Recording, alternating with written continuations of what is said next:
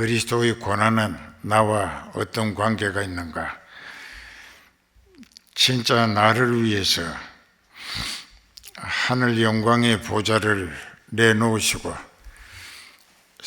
육신을 입은 사람으로 오셔가지고 십자가의 근보진 고통을 다 참고 견디시면서 자기가 베드로에게 하신 말씀처럼 예수님이 내가 이제라도 하늘의 12영 즉 12부대가 되는 하늘 군대를 동원시켜 저들을 순식간에 전멸시킬 수 있다는 것을 네가 알지 못하느냐. 이렇게 하면 하나님께서 수천 년을 두고 메시아 그리스도를 보내시겠다고 하신 예언과 또 택하신 백성들의 죄를 대속하실 희생양이 죽임을 당하지 아니하게 되면은 그리스도가 될 수 없다, 이게 구원자가 될 수 없는 거예요. 그러나 오늘도 예수님은 자기를 신문하는 사람들을 앞에서 털 깎는 자 앞에 잠잠한 어린 양과 같이 입을 열지 아니했다. 이제 본문에 들어갑니다. 누가복음 23장 26절부터 보면은 저희가 예수님을 끌고 갈 때에 시몬이라는 구레네 사람을 마주 오는데 붙들고 로마 군병들이 그를 억지로 예수님의 십자가를 지고 형장까지 옮겨가도록 로마 제국의 압력으로 그렇게 했습니다. 우리는 생각할 때 구레네라고 하는 동네에 사는 시몬이라는 사람이 예루살렘에 볼 일이 있어 들어가다가 드라이온이라고 하는 데서 십자가를 지고 가시던 예수님이 3번 넘어지셨어요. 너무 몸이 지치고 힘들고 기운이 없으셔가지고 그 무거운 십자가를 지고 우리가 가본 대로 언덕입니다. 이 언덕길로 경사진대를 올라가야 돼요. 다메섹으로 가는 문이 있는 그 성문을 향하여 올라가는데 예수님이 3번 쓰러지셨어요. 첫 번째 쓰러지실 때에 그 사진을 보면은 예수님 머리에 찔린 가시들이 피를 계속 쏟아내가지고 흐르기 때문에 눈을 뜰 수가 없어요. 그리고 이제 그 십자가 무게도 있을 뿐더러 기진맥진한 모습으로 예수님이 지고 가시다가 엎어지십니다. 그러면 로마 군병들은 이 가죽을 채찍을 만들었는데 가죽을 2겹으로 이렇게 여기 꾸매고 이쪽에 꾸며가지고 통으로 꾸며가지고 그 사이에다가 유리 조각이나 또 조개 껍질 날카롭게 갈은 것을 끼워요. 양쪽에 날석에. 그리고 쇠 조각을 날석에 칼날처럼 해가지고 이쪽도 나오게 이렇게 끼운다고요. 이렇게. 그럼 여기도 날이 서고 여기도 날이 서고. 이것이 그 보통 한 1m 60cm쯤 되는 것인데요. 한 40cm는 막대기고 손잡이. 그리고 1m 20이 후려치면은 사람 몸에 한 바퀴 반 감기는 거예요. 그러면 그냥 확 당기면은 여러 개의 칼날에 옷과 살이 다 찢어지면서 피투성이가 됩니다. 그런 채찍에 예수님이 맞으셨어요. 그래서 또 일어나서 피투성이 되어가면서 지고 한 몇십 메다 가다가 또 엎어지셨어요. 세 번 그런 일을 당하셨습니다. 그런데 로마 군병 중에 그날 사형 집행을 맡은 담당자들이 시계를 볼 때에 이 시간이 12시에 못 박아 십자가를 세워야 되는데 그 시간에 거기까지 가기가 어렵겠다 싶어서 건장하게 신체가 좋은 구레네 사람 시몬을 마주 시내로 들어오는 것을 예수님 십자가 지고 나가시던 그 길에서 만나 붙들고 로마 제국의 권세로 야 네가 이 십자가 지고 가 했다고. 안 하면 그 자리에서 죽임 당해도 할 말이 없어요. 나라 잃은 백성의 서러움이었죠.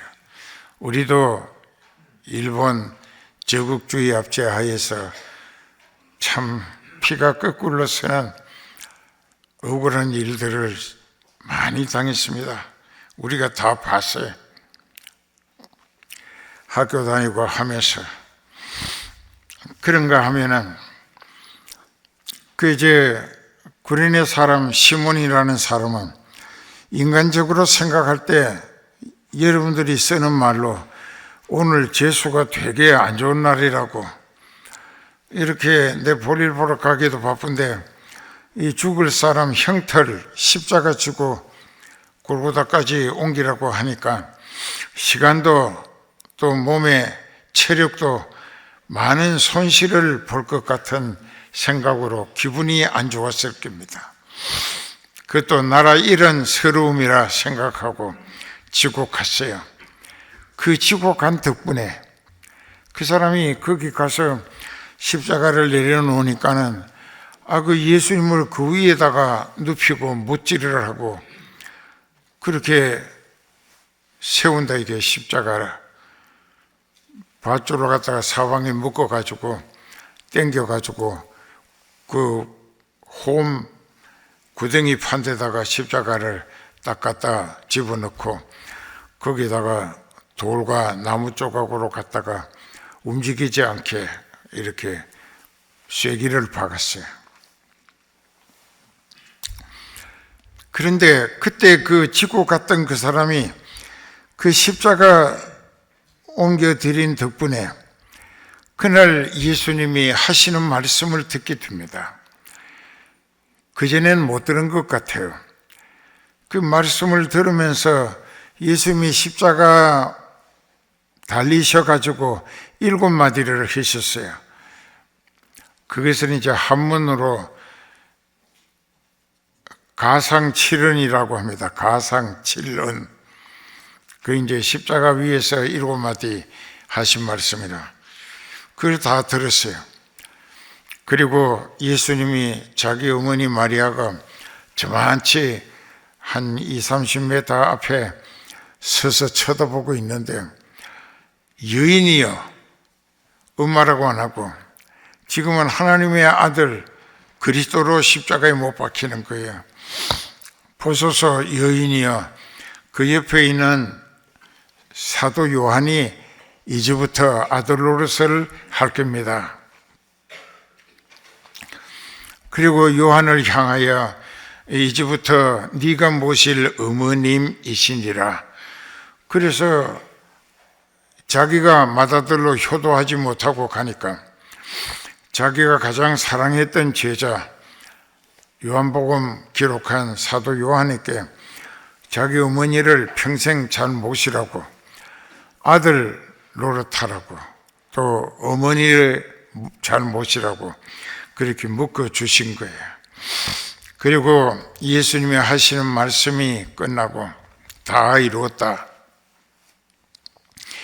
하시니까 막 그냥 짱깨비가 쏟아졌습니다. 그러니까는 예수님이 흘리신 그 피가 빗물을 타고 또랑으로 벌겋게 내려갑니다. 바로 그때에 베너라고 하는 영화에 그 벤 허의 엄마하고 여동생이 나병에 걸려 있었는데 이제 그 모습을 멀리서 산 언덕에서 내려다 보다가 번개불이 번쩍 하는데 문둥병이 싹 나섰습니다. 되어진 일을 보고 그날 그 군대를 총지휘했던 백부장, 그 사람은 예수님을 알아봤습니다. 성경에 보면 이는 하나님이 보내실 그리스도라고, 하나님의 아들이라고. 그리고 그 사람은 이제 회개하고 믿었겠죠. 구원 얻었겠죠. 그런데 예수님이 십자가를 지고 가실 때 구레네 사람 시몬이 거기서 성령의 계시와 조명과 감동을 받고 예수님이 자기 죄를 대속하시고 인류를 구원하실 메시아 그리스도라고 믿으셨다 이게. 그리고 그가 이제 볼일 보고 자기 집에 가서 아내와 자녀들에게 예수님을 믿게 했어요. 그 성경에 그 사람의 이름과 가족이 나옵니다. 그 집이 구원을 얻었다고. 그러니까 예수님이 그리스도의 사명을 감당하시기 위해 가시는 과정에 어떤 모양으로라도 쓰임받을 수 있었다면 그 수고가 헛되지 아니하도록 그 가족이 다 구원 얻게 하시는 주님의 은혜와 사랑을 오늘 우리도 우리 가정을 구원시킬 수 있는 믿음이 왜 없는가? 여기 나와 앉아 있지만은 지옥 갈 사람들이 여기 있어요. 그런데 회개하면 반대로 성령이 끌려 천국으로 갈 수 있는데 자기 생각대로 사는 거예요. 자기 의지적 주관과 고집대로 인간 자기 명분, 이속, 기분, 감정, 또 자기의 영향력 이런 것을 행사하는 목적으로 세상에서 그렇게시 잘하고 똑똑한 사람, 성공한 사람인 것처럼 스케스라고 하는 말이 SUCCESS 스케스라고 하는데 그 말은 성공이라는 얘기입니다. 그 성공을 꿈꾼다 이게. 근데 하나님이 허락지 아니하시면 하나님이 택하신 사람은 하나님의 생명에서 떠나 살면서 기대할 것은 실패와 멸망뿐이다 이게.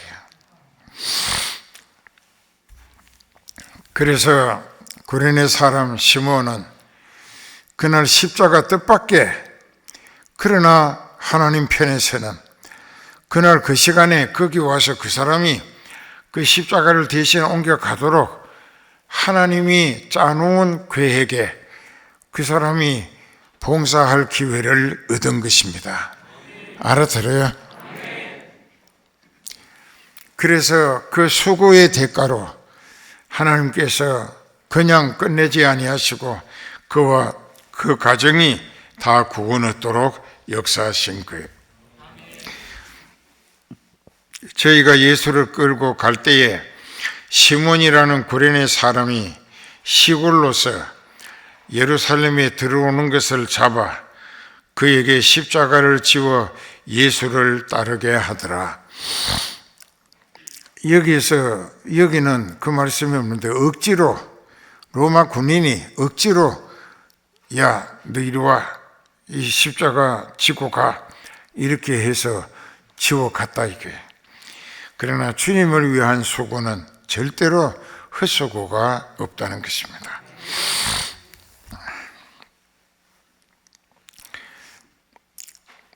그런데 27절에 보면 또 백성과 및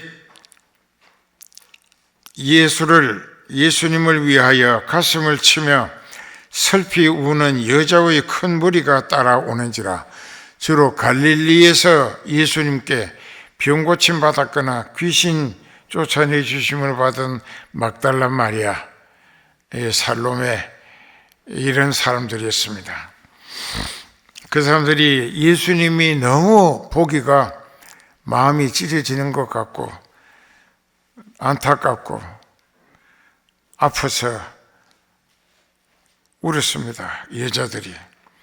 그럴 때에 예수님께서 그들을 돌아보시며 하시는 말씀이 딸들아, 나를 위하여 울지 말고 너와 너희 자녀를 위하여 울어라. 이 말씀을 오늘 잘 깨달아야 돼요. 여러분들의 기억 속에 예수님이 택하신 자기 백성들의 죄를 대신 벌받아 회개만 하면 용서받을 수 있도록 대속의 희생양으로 죽임 당하셨다 하는 것은 다 압니다. 상식적으로 알고 있어요. 근데 믿지는 않기 때문에, 믿어지지 않기 때문에 회개를 안 하는 거예요. 여기서 예수님이 가시는 길은 우리를 살리기 위해서 대신 죽어주시기 위해 가시는 길이었습니다. 그런데 그 길을 예수님이 힘들어 가신다고 마음 아파서 울고 이렇게 슬퍼하지 말라 이거예요. 왜? 예수님은 그리스도로서의 소임을, 자기 맡은 책임을 성공적으로 완수하기 위해서 가는 길이라. 그러니까 나는 하나님의 뜻으로 합의한 대로 내가 택한 백성의 죄를 대신 벌받아 죽임 당하러 가는 길이기 때문에 이 길을 가는 것에 대하여 괴로워하지 말라 이거야. 나를 불쌍히 여기고 안쓰러워하고 마음 아파하고 안타까워하고 슬퍼하고 울고 하지 말라 이거야. 왜? 나는 내가 당신들을 살리기 위해서, 당신들의 죄값을 대신 벌받기 위해서 가는 길이다. 그리고 내가 너희들에게 부탁하는 것은 나를 위해서 울지 말고 너 자신과 네 가족을, 자녀들을 위해서 울어라. 그들이 나를 그리스도로 알아보고 내가 그들의 죄를 대신 벌받아 주었다는 사실을 알게 하고 믿어지게 해서 그들로 그 모든 죄, 당신의 죄까지 다 용서받기 위하여 통곡하며 애통하고 자복하는 회개의 울음을 울어라, 그 얘기입니다. 그게 우리가 교회 다니면서 이렇게 봅니다. 예수님을 바로 알아보지 못하는, 그 아는 척은 하는데 바로 알아보지를 못하는 무지 때문에 교회를 흩다니는, 그래서 비참하게 돼가지고 멸망한 후에 후회하는 이런 일들이 있다는 것입니다. 근데 오늘은 예수님을 정확히 알고 믿어야 한다. 예루살렘의 딸들아, 나를 위하여 울지 말고 너희와 너희 자녀를 위하여 울어야 한다. 보라, 날이 이르면 사람이 말하기를 수태하지 못한 이, 즉 애기 잉태해보지 못한 이, 또 해산해보지 못한 배, 또 먹이지 못해 본 젖, 이 사람들이 더 복이 있다고 할 상황이 다가오고 있다. 이게 예수님이 이 말씀하시고 40년 조금 못 됐을 때 로마에 정치적 혼란이 생겼습니다. 로마 제국에. 그때 디도스라고 하는 장군이, 유명한 장군인데 그 장군이 예루살렘을 쳐들어왔어요. 왜냐하면 로마 제국에 식민지가 된 나라와 국민들이 무척 많은데 유대인들처럼 속속히는 독립운동하고 반란을 일으키고 살인하고 또 강탈하고 못된 짓 하는 이들이 없다 이게. 그 예루살렘을 손보기 위해서 쳐들어왔어요. 그 예루살렘은 전멸했습니다. 예수님이 그때 말씀하시기를 마태복음 24장에 군대들이 예루살렘을 에워싸는 것을 보거든 들에 있는 사람은 물건을 가지러 집으로 가지 말고 도망가라 이거예요. 저 요단 건너 요르단 깊은 산 골짜구니로 도망가라. 그러면 죽음을 면할 수 있을 것이다. 그 예수님이 40년 후에 될 일을 말씀하셨다고. 그때 도망간 젊은이들은 다 살았어요. 그 예수님의 말씀을 무시한 사람들, 예수님을 모르니까 몰라보고 그 말씀을 무시하고 불신했다 이거예요. 그리고 예루살렘에서 내일도 해가 뜨고 우리는 열심히 일해서 잘 먹고 잘 입고 잘 살 거라 했는데 아니에요. 엄청난 대군을 거느리고 왔어요. 예루살렘을 삼중 포위를 했어요. 한 줄로 하고 또 한 줄로 하고 또 한 줄로 하고. 그 안에 먹을 것이 없어요. 그래서 여자들이 우린 젊으니까 난리가 끝나면은 애는 낳으면 되지 않느냐 해서 집볶이를 해서 자녀들을 먹였습니다. 예레미야 선지를 통하여 예언한 그대로 되어졌습니다. 하나님의 말씀은 헛되이 내게 돌아오지 아니하고 내 뜻을 이루며 나의 명하여 보낸 일에 형통하게 하리라. 그게 하나님이고 하나님의 말씀의 권능이다 이게요. 그렇게 해서 그 사람들이 이제 뭐 굶어 죽게 생겼다 이거예요. 밖에 나갈 수도 없고 밖에서 뭘 들여올 수도 없는 거예요. 양식 다 떨어졌어요. 그리고 그 나중에는 그들이 애까지 잡아먹으니까 애도 못 잡아먹게 하기 위하여 로마 군대가 골목골목 들어가서 집집마다 아이들을 찾아가지고 아이들이 있으면 바위 위에다가 아이를 발목을 쥐고 잡아 돌려가지고 매붙여서 죽였습니다. 그리고 자기네들이 다 처리해 버렸어요. 못 먹게. 왜냐하면 로마 군대가 둘러싸고 있는 기간이 아이를 다 잡아먹을 때까지 간다면 꽤 오래 걸린다 이거예요. 그러니까는 그 아이들이 양식이 되니까 키 못할 짓 아니겠어요. 그런 일이 있었습니다. 그럴 때에 보라 날이 이르면 바로 지금 이 얘기하는 로마 장군 티투스라고 하는 사람이 대군을 거느리고 쳐들어와서 오랜 기간 토성을 쌓고 포위했을 때에 먹을 게 없어요. 그 굶어 죽어 가는 거예요. 그럼 누가 죽었다 하면 가서 그 사람 찢어가지고 나눠 먹는 거예요. 이런 형편에 그들은 말합니다. 로마 군대의 창과 칼이 화살이 항상 그들을 겨누고 있습니다. 소망이 없어요. 점점 더 어둠으로 빠져들어갑니다. 그날이 이르면 사람들이 말하기를 수태하지 아기를 가져보지 못했거나 낳아보지 못했거나 젖먹인 일이 없는 사람이 더 복 있는 사람이다 하게 될 것이라. 이 말이 그 말입니다.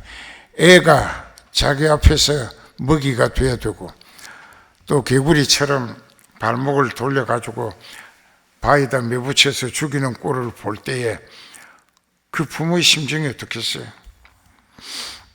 그때에 사람이 예루살렘 주변에 있는 산들을 향하여 차라리 산이여 우리 위에 무너져서 우리를 덮어 생매장해달라. 사태가 나든가 지진이 나서 저 산이 헐몬산이 그 시온산이 허물어져서 예루살렘을 완전히 묻어버리게 해달라고 자청할 형편이 때가 올 것이다. 그리고 작은 산들을 대하여 우리를 덮어 씌워 달라 할 때가 온다. 그대로 됐어요. AD 70년입니다. 그런데 31절에 보면 예수님이 하시는 말씀이 푸른 나무에도 이같이 하시거든 하물며 마른 나무에는 어떻게 되리요 하시니라. 여기 푸른 나무는 영적으로 살아있는 예수님이고, 마른 나무는 영적으로 죽은 상태에 있는 에베소서 2장 1절에 허물과 죄로 죽었던 너희 심령, 하트 스피릿, 심령이라는 거예요. 그러니까는 그 심령이 하나님과의 관계가 끊어져 있다 이거예요. 그 에베소 4장에 한번 봐요.